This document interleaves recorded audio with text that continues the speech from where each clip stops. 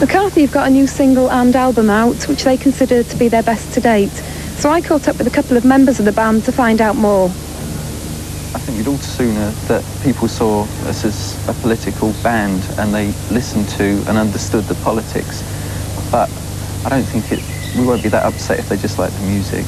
But then again, the music is secondary to what we're saying. So the politics are far more important than the music. But you can't make people understand the politics and you can't make them like the music. So if they buy the record because they like the music, perhaps then they'll look at the lyrics, and the lyrics are always printed on the records. So it's the best chance we can give them. I think a lot of people actually like disagreeing with you anyway. I mean, like, a lot of people that we know that are sort of technically, we call them fans to some extent, but they don't agree with what the lyrics say, that, you know, to any extent, but they like the music, and also they like disagreeing with you, you know, they get some kind of intelligent conversation out of it, you know. I think some people like it.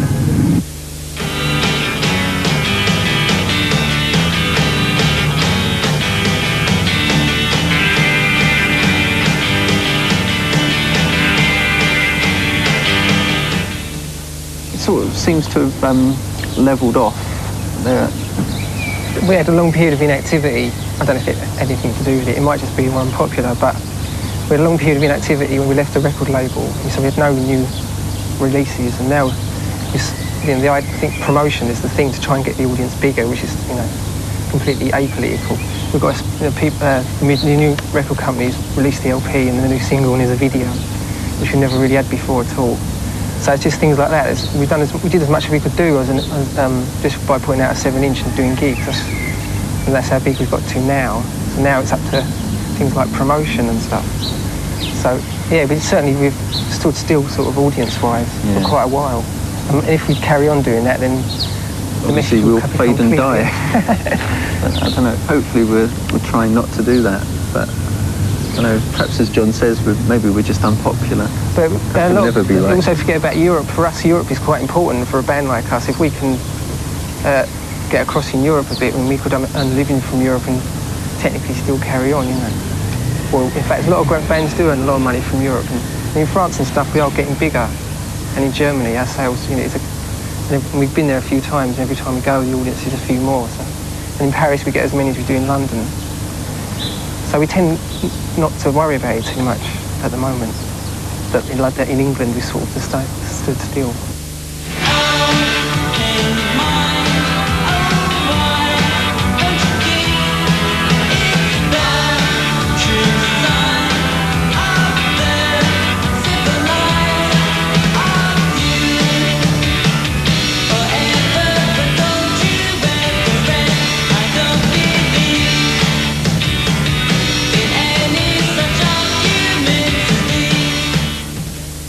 The trouble with pop music is it's a medium that is looked upon as being unworthwhile. It's just something that appeals to your emotions. It's not expected to appeal to your intelligence, but it is a medium that can do.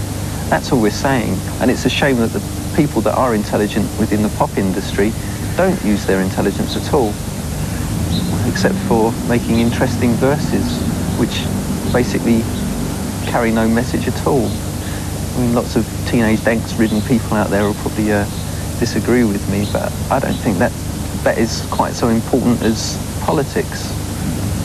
Well, if you had it any other way, what would you do? Well, I don't know. I'd get them to write things that would make people think. It's all right. I mean, probably the most thought-provoking thing in the charts at the moment is I'm Rather Jack, which is a sad reflection, really.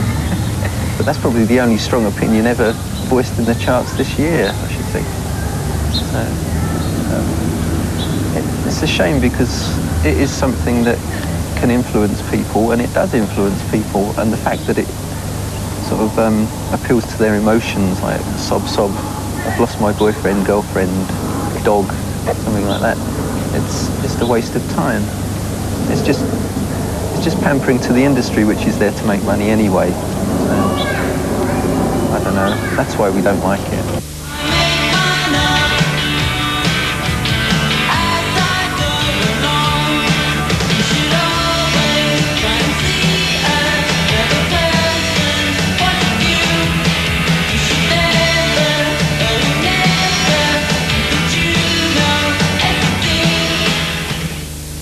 But you can't accuse us, because there's no rule that says you can't sing about, you don't have to sing about love, and that's usually the argument from people like Stock Aitken Waterman, that you'll be brainwashing kids or something. Well, there, can be just accused just as swiftly as that, as us.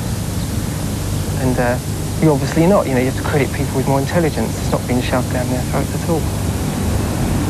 They'll listen to it and slag us off or like it, and it's the same as anyone else does with any other record, really. But because there's a bit of something extra in our lyric, that it might just catch their attention a bit more, even if it just makes them more angry. That's just as good.